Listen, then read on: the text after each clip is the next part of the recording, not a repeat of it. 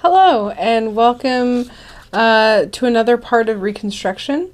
We are going to be talking about kind of the height of Reconstruction a little bit, and this is in 1867. And then it goes up until 1869. It's pretty much the height, and from there on, Reconstruction kind of goes downhill. And so this is the time in which you have more African American voters. It's also a time where more equality is seen in the South, and this is more equality than is seen up until the Civil Rights. It's not great of the 1960s, and so we're going to talk a little bit about the high era of Reconstruction. Then we're going to be talking about the KKK and its downfall in subsequent lectures. So by September 1867, voter registration was 735,000 of African Americans, 635,000 white voters, and of those, 210,000 Republicans enrolled to vote. It's important to note that 25 to 35% of people were not registered, and 10% did not register because, and it was blocked by white voters because they were opposed to it. And this is a lot of former Confederate soldiers who said that everything that was happening at the time was just wrong, and they couldn't support it. By September of 1867, there were black majorities in 5 southern states, which are South Carolina, Mississippi, Louisiana, Florida, and Alabama. And the majority of African Americans voted Republican, and this is the case all the way up until FDR. That majority of all from the time of black enfranchisement up until FDR, which is in the 30s, that 30s and 40s, that a large amount of African Americans voted Republicans. And so also at this time, new constitutional conventions, about a fourth or 3/4 of which were Republican and about a fourth were Democrats. And with these new constitutions, you have what is known as scallywags and carpetbaggers. So carpetbaggers are people who move from the North to the South so that they can vote, and so that they can help control Republican wishes at the time.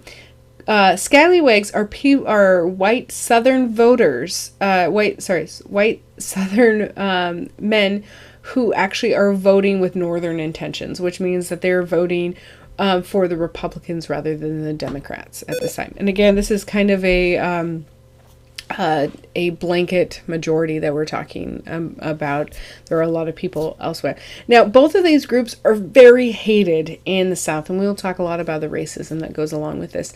But so scallywags are people who are from the South who are voting in unionist favors or with the Republican Party, whereas in carpetbaggers are people from the North who walk down, who move down to the South to display the voting. It's important to know that black delegates in some places had the majority support. In other states, blacks are in the minority, particularly in Texas, which is 10%, and Virginia, which is 11%. New constitutional conventions at this time in the 1867 are looking forward, and they are looking at how they can change some of this, like such as universal manhood for voters. Instead of having voters that have property requirements or have restrictions based on their color of their skin or their religion or whatnot. You also have statewide requirements for the reform of public schools, and this is particularly because in the North, people were more literate than the South at the time. I'm not saying everyone, but it is true that there is a wide gap between that because education systems were not the same between the Northern and the Southern due to the economies and others. They also wanted prison reform, and this is really important. You go through a series of prison reforms from the 1830s and into the 1860s, and then again and around the 1890s, and then at the turn of the century, and then during the Great Depression, you also have some prison reform that happens. And prison reform is very, it wanted to move beyond slave labor, is what the big reform is, and have better conditions. During the Civil War, many of the prisoner of war camps were overcrowded and underfed, to the point where there was mass starvations and mass deaths. Particularly if you look at Andersonville, which I think the allotment was 2 tablespoons of cornmeal per day and some water, and that's what you survived on. A lot of people ate fleas and rats and etc. But it was so overpopulated that what we now would deem as a concentration camp was really going on in Andersonville. So people wanted to avoid that and erase memories of the past. They also, at the new constitutions conventions, they wanted to disqualify some of the ex-Confederates, about 10 to 20% of them. And by 1872, all of former Confederates were allowed to vote.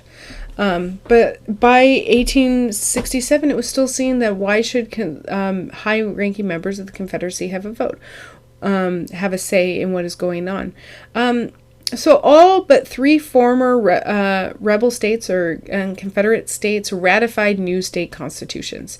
New states ratified the 14th Amendment, and 7 states were readmitted to the Union. And by July 21st, 1868, the 14th Amendment was ratified. 3 of the former outside former territories or states were admitted, and that's Texas, Virginia, Mississippi were readmitted, and former Confederate states were admitted in 1870 as a kind of a basic work of Reconstruction. And by 1868, the ratification of the 15th Amendment occurred. And the 15th Amendment, what it's saying is that all men should have the vote. And it's really important to state all men should have the vote, regardless of former slave-owning status, regardless of race and ethnicity. But it's really important to note that women did not have the vote at this time, or were even considered to have the vote. That was seen as way too radical. And this really brings new height to the suffrage movement, as we'll see. It's still not until 1920 that women get the vote, but up until that point, it was still seen. What other thing that happens in 1868 and it radically changes Reconstruction is the election of President Ulysses S. Grant. He ends up running, he's a former war hero that is running, and he was very, very popular with Republicans' convention because he supported universal black suffrage. Now, it's important to note, it's universal black suffrage only in the South that must ratify it, not the North. Many states did not, in the North, ratify the 14th Amendment right away. It was required for all Confederate states to go in. That's one of the big hypocrisies that happened. And so Grant ends up running against Horatio Seymour, and his life dates are 1810 to 1886. And Horatio Seymour was a Democrat, and he was from New York, and he was like to attack Reconstruction, particularly Reconstruction legislation. He was seen as very unpopular. And what he ends up bringing, as opposed to the bloody shirts that this could happen again, he does what is the fear of black rule. And he goes on and saying that if we have African American enfranchisement, which they do by the time that all these people are going to control the House. And this is a big fear that they're going to control everything we're going to do, and the white minority is going to fade away. And it's going to be the worst possible outcome that happens. And so he runs on this. So this is the opposition to the bloody shirt, where the Southerners are blamed for everything. The Confederacy is blamed for all the problems. This is kind of the response to that. And Horatio Seymour also is supported by the KKK, which is very strong at this period. And there is a lot of voter intimidation that happens during this election. So much so that Louisiana, that so many people from a county were killed and lynched on the way to voting that there was not a single Republican who showed up to vote in Louisiana. And in fact, in the 18 Democrats ended up carrying Georgia and Louisiana, and they do this by bloody tactics. There were people who would go outside of voter halls and beat people on their way into the polls if they were going to vote, if they were known to be a carpetbagger or a scallywag or an African American. There was a lot of fears of lynching, that if you vote, we will find you. A lot of former plantation owners would come out in front of the different voter things, as well as gatherings for the Republican Party usually were held at parks or whatnot. There were times when entire people would go and shoot into the parks and kill everyone from the rallies. So there was a lot of voter intimidation. Mississippi was high on it, Louisiana and Georgia. Regardless, Grant ends up with 55% of the vote.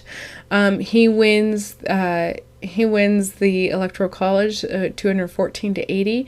And so what ends up happening is a 2/3 majority in the House and a 4/5 majority in the Senate.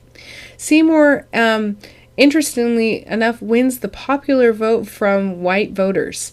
So it's really African American voters who are in the South who have the majority of the popular votes, and they come out in droves regardless of a lot of the discrimination that is happening. 11 out of the 21 northern states denied black suffrage. But the 15th Amendment, was seen as morally right, and it had a lot of strength of votes. And so that's why it ends up passing in 1869. And by March of 1870, Georgia was the last state to be voted into the Union.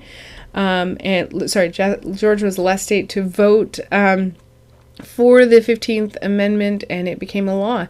And so this is considered the height of the Reconstruction period. You end up having more people that are in who are controlling different things, who are in control. You have more African American voters than you have at any other time. And just to give you some statistics on this, which kind of backs this up, is African Americans only held about 10 to 15% of all offices at the height of Reconstruction. There was 16 members of Congress who were elected to Congress, 14 to the House, 2 to the Senate, and out of those, only 4 had attended colleges, which is about the same as, honestly, a lot of the white members at the time. No African American males were ever nominated or elected as governor of any of the former Confederate states, and only South Carolina held African Americans held more offices in the state. However, African Americans were the largest percent of the Republican Party in voters, and South Carolina ended up having half of all federal offices. Between 1868 and 1867 were more equally held. African Americans made up 80% of the Republican Party voting, but the 20% of Republicans were white, and they held the majority of seats. It's important to note this. So when we're talking about the myth of black rule, it's even though that 80% of the party was held by African Americans, 20%, the minority, the 20%, are the ones who hold all the offices. And so we're going to talk about discrimination that happened afterwards, but just to understand the kind of height that is going on. So our next lecture will be on black rule and the rise of the KKK.